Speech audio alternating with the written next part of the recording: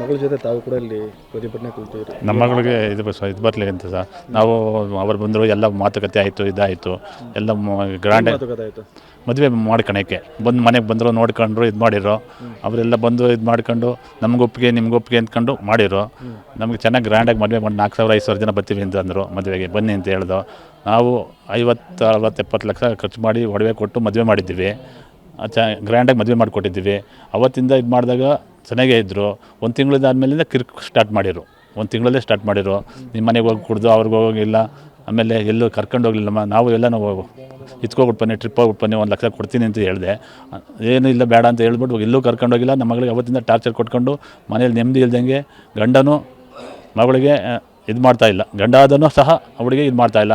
4-5 ತಿಂಗಳಿಂದ ಮಾತಾಡ್ತಾಯಿಲ್ಲ ಗಂಡ ಆದನು. ಮನೆಗೆ ಅಲ್ಲಿ ಹೋಗಿ ಕುಡ್ದು, ಇಲ್ಲಿ ಹೋಗಿ ಕುಡ್ದು, ವಾಕ್ ಹೋಗಿ ಕುಡ್ದು, ದೇವಸ್ಥಾನಕ್ಕೆ ಹೋಗಿ ಕುಡ್ದು ಅಂತ ಹೇಳ್ಬಿಟ್ಟು ಕೂಡಾಕೊಂಡು ಹೋಗ್ತಾಯಿದ್ರು.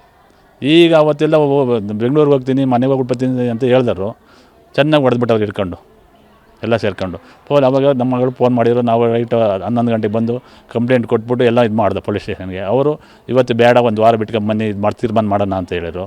1 ತಿಂಗಳಲ್ಲೇ ಸ್ಟಾರ್ಟ್ ಮಾಡಿರು. ನಿಮ್ಮ ಮನೆಗೆ ಹೋಗಿ ಕುಡ್ದು ಅವ್ರಿಗೆ ಹೋಗಿಲ್ಲ, ಆಮೇಲೆ ಎಲ್ಲೂ ಕರ್ಕೊಂಡು ಹೋಗಲಿಲ್ಲಮ್ಮ. ನಾವು ಎಲ್ಲ ಇತ್ಕೋಗ್ಬಿಟ್ಟು ಬನ್ನಿ, ಟ್ರಿಪ್ ಹೋಗ್ಬಿಟ್ಟು ಬನ್ನಿ, 1 ಲಕ್ಷ ಕೊಡ್ತೀನಿ ಅಂತ ಹೇಳಿದೆ.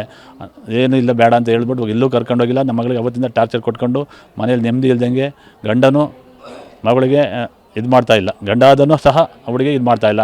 4-5 ತಿಂಗಳಿಂದ ಮಾತಾಡ್ತಾಯಿಲ್ಲ ಗಂಡ ಆದನು. ಮನೆಗೆ ಅಲ್ಲಿ ಹೋಗಿ ಕುಡ್ದು, ಇಲ್ಲಿ ಹೋಗಿ ಕುಡ್ದು, ವಾಕ್ ಹೋಗಿ ಕುಡ್ದು, ದೇವಸ್ಥಾನಕ್ಕೆ ಹೋಗಿ ಕುಡ್ದು ಅಂತ ಹೇಳ್ಬಿಟ್ಟು ಕೂಡಾಕೊಂಡು ಹೋಗ್ತಾಯಿದ್ರು. ಈಗ ಅವತ್ತೆಲ್ಲ ಬೆಂಗಳೂರಿಗೆ ಹೋಗ್ತೀನಿ, ಮನೆಗೆ ಹೋಗ್ಬಿಟ್ಟು ಬರ್ತೀನಿ ಅಂತ ಹೇಳಿದರು. ಚೆನ್ನಾಗಿ ಹೊಡೆದ್ಬಿಟ್ಟು ಅವ್ರು ಹಿಡ್ಕೊಂಡು ಎಲ್ಲ ಸೇರ್ಕೊಂಡು ಅವಾಗ ನಮ್ಮ ಮಗಳು ಫೋನ್ ಮಾಡಿದ್ರು. ನಾವು ರೈಟ್ 11 ಗಂಟೆಗೆ ಬಂದು ಕಂಪ್ಲೇಂಟ್ ಕೊಟ್ಬಿಟ್ಟು ಎಲ್ಲ ಇದು ಮಾಡಿದೆ ಪೊಲೀಸ್ ಸ್ಟೇಷನ್ಗೆ. ಅವರು ಇವತ್ತು ಬೇಡ, 1 ವಾರ ಬಿಟ್ಕೊಂಡು ಬನ್ನಿ, ಇದು ತೀರ್ಮಾನ ಮಾಡೋಣ ಅಂತ ಹೇಳಿದರು. ಆಮೇಲೆ ಇದು ಮಾಡಿ ಅಂತ ಅವರು ಬಂದು ಕರೆದು ಹೇಳಿದ್ರು. ಇದು ಮಾಡ್ಕೊಂಡು ಆಯಿತು, ಇನ್ನೂ 15 ದಿನ ಟೈಮ್ ಕೊಡಿ ಅಂದರು. ಟೈಮ್ ಕೊಟ್ಟು ಇನ್ನೂ 15 ದಿನ.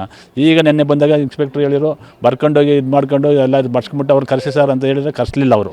ಅವ್ರು ಅಲ್ಲಿಲ್ವಂತೆ, ಇಲ್ಲಿಲ್ವಂತೆ, ಮನೆ ಬಿಟ್ಟು ಹೋಗ್ಯವನಂತೆ ಅಂತ ಹೇಳಿದರು. ಆಮೇಲೆ ನಮಗೆ ಒಂದು PC ಕಳಿಸ್ಬಿಟ್ಟು ಅಲ್ಲಿ ಮನೆಗೆ ಬಿಡೋಕ್ಕೆ ಹೇಳಿ ಅಂತ ಹೇಳಿದರು. ಅಲ್ಲಿ ಡೋರ್ ತೆಗಿಲಿಲ್ಲ. ನಮ್ಮ ಬೀಗ್ತಿದ್ದ ಡೋರ್ ತೆಗೆದಿಲ್ಲ. ನಾವು ಅಷ್ಟೊತ್ತಕ್ಕೆ ಹೊಂದ್ಕೊಂಡು ಡೋರ್ ತೆಗಿಲ್ಲ. ಒಂದು ಕ್ಯಾಮ್ರಾ ಹೊಡ್ಕೊಂಡು ಪೊಲೀಸ್ನಾಗ ಬಂದರು. ಆಮೇಲೆ ಅಲ್ಲೋದ ಸ್ಟೇಷನ್ ತಿರುಗಿ ಹಿಂಗೆ ಅಂತ ಹೇಳಿದ್ರು. ಇನ್ನೊಬ್ಬರನ್ನ 1 and 2 ಕಳಿಸಿರು. ಅವ್ರಿಗೂ ಇದು ತೆಗಿಲಿಲ್ಲ, ರೆಸ್ಪಾನ್ಸ್ ಮಾಡಲಿಲ್ಲ. ನಮ್ಮ ಗಂಡ ಇಲ್ಲ, ಇದು ಇಲ್ಲ ಅಂತ. ಆಮೇಲೆ ನಾವು ಬೆಳಿಗ್ಗೆ ಹೋದೋ, ಅವಾಗಲೂ ತೆಗೆದಿಲ್ಲ. ಅದಕ್ಕೆ ಇಲ್ಲಿ ಬಂದು ಕುಂತಿದ್ವಿ ಸರ್, ನ್ಯಾಯ ಕೊಡಿಸಿ. ನಮ್ಮ ಮಗಳು ನ್ಯಾಯ ಕೊಡಿಸಿ. ನಮ್ಮ ಮಗಳು ನ್ಯಾಯ ಬೇಕು ಸರ್. ನ್ಯಾಯ ಅಂದರೆ ಅವಳಿಗೆ ಬಾಳಬೇಕು, ಹುಡುಗನ ಜೊತೆ ಬಾಳಬೇಕು, ಸಂಸಾರ ಮಾಡಬೇಕು. ನಾವು ಯಾವುದೇ ಕಾರಣಕ್ಕೆ ಕರ್ಕೊಂಡು ಹೋಗೋದಿಲ್ಲ. ನಾವು ಮಾತಾಡಿದ್ರೆ ಎತ್ತಾ ಇಲ್ಲ ಸರ್, ಫೋನ್ ಮಾಡಲ್ಲ. ಹಾಂ, ರೆಸ್ಪಾನ್ಸ್ ಮಾಡ್ತಿಲ್ಲ. ಎತ್ತರ ನಿನ್ನ 3ನೇ ವ್ಯಕ್ತಿ ಮಾತಾಡ್ಕೊಡ್ದು ಮತ್ತೆ ನನಗೆ ಬಿಟ್ಬಿಡ್ಬೇಕಂತೆ. ಮಗಳು ಕೂಡ ಹೊಡೆದೊಡ್ಡ ಇದು ಮಾಡಲಿ, ಅದೇನನ್ನು ಮಾಡಲಿ ಅಂತ ಹೇಳೋದು. ಆಗಣ್ಣ ಅಂತ ಸರ್.